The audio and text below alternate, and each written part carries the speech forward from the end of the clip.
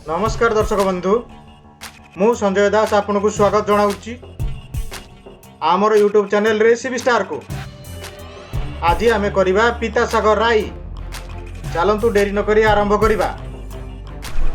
पिता शाग आलू बाइगण राई पई आमे नहींचु किछि पिता शाग नहींचु छोट छोट 4टी आलू 2टी बाइगण आमे मसला पई नहींचु सोरिष जीरा लंका आउ रसुण। सोरिष जीरा लंका रसुण को आमे बाटिबा मसला करिबा पे। एबे आमे बाइगण को काटिबा। बाइगण को आमे देखंतु एपरि छोट छोट पीस करी काटि नबा।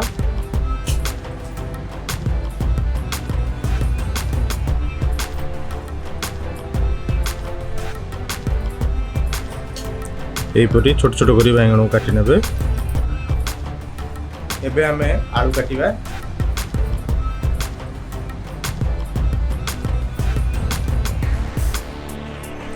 आलू को आमे सरू सरू पीस करी काटि नेइजो।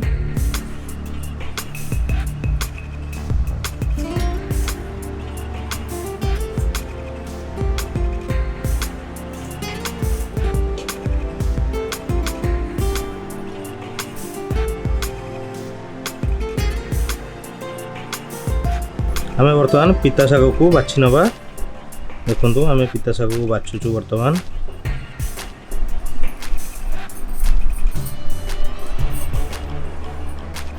एपरि आमे पिता शाग को बाछि नउचु। पिता शाग को आमे धोई की 2-3 थर भलो भाबरे धोई की छाणी नेइचु। एबे आमे पिता शाग को काटिबा। चलंतु एबे पिता शाग को काटिबा। एबे आमे पिता शाग को काटिबा।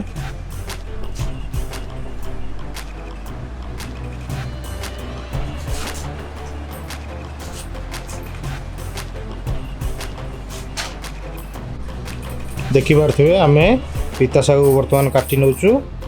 काटि कुलार रखि दैचु। एबे आमे चलंतु मसला बाटिबा। एबे आमे मसला को बाटी नैचु। एबे चलंतु आमे पिता शाग राई करिबा। पिता शाग राई पई वर्तमान आमे कढ़ई गरम करचे। कढ़ई रे वर्तमान आमे तेल नउचे। आमे नैचे सोरिष तेल सोल फ्लेवर रो सोरिष तेल। आमे छोट चमच रे 2 चमच तेल नेलु। वर्तमान आमे तेल गरम हेले फुटण फुटेबा। तेल गरम हेलानी। एबे आमे फुटण पकेलु। फुटण पके गला परे आमे आलू बाइगण पके के भाजिबा।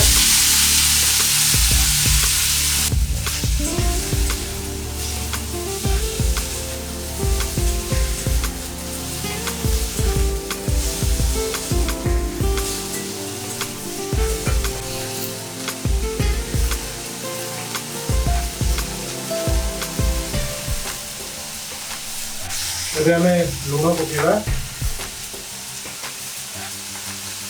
लूण पकेबे स्वाद अनुसार। एबे आमे हळदी गुंड पकेबा। आमे लेचु सोल फ्लेवर हळदी गुंड आमे अदा चाम पकेइलु। एबे आमे गोळेइ दबा।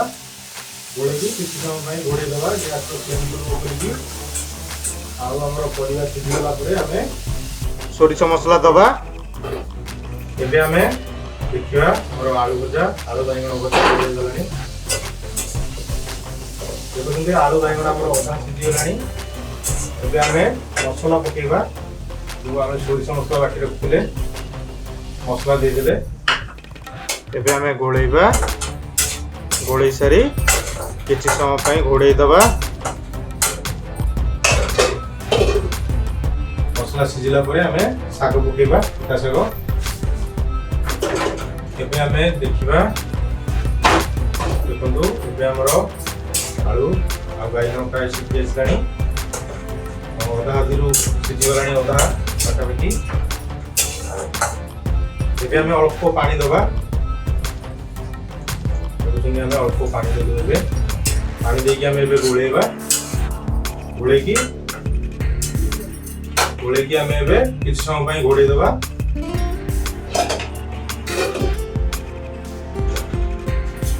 एबे आमे एपरे गोळेइकी देखुछंती एबे हमर आलू सिझीगलानी बाइगण भी सिझी जाइए। एबे आमे पिता शाग को पकई देबा। एबे आमे पिता शाग को पकई दोचे।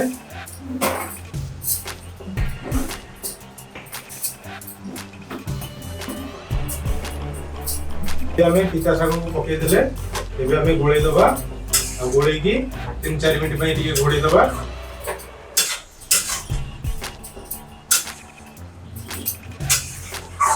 देखुछंती आमे वर्तमान गोळेई देलु। गोळेई सरी की आमे गोळेई देबा किछ समय पई। पिता शाग सिझिया पई आमे ताऊ छाड़ देबा 4-5 मिनिट पई।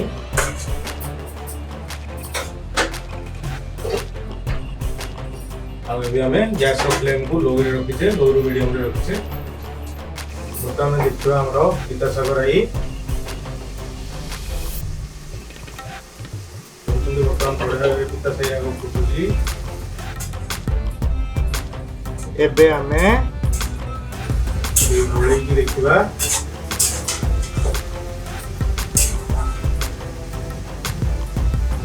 देखुंदी एबे हमरा आलू बाइगण पूरा भलो भाबरे सिझी जाइछि।